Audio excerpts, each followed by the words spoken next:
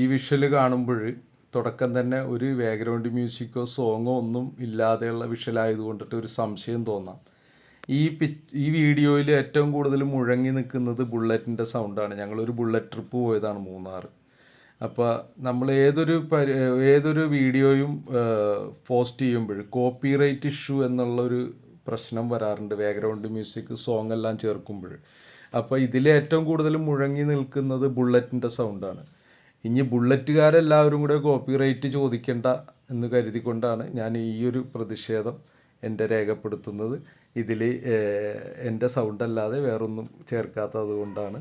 ആരും തന്നെ ഈ കോപ്പിറൈറ്റിനെതിരെ അല്ലെങ്കിൽ കോപ്പിറൈറ്റുമായി ബന്ധപ്പെട്ട് ഒരു വിഷ്വൽ ചെയ്ത് കണ്ടില്ല.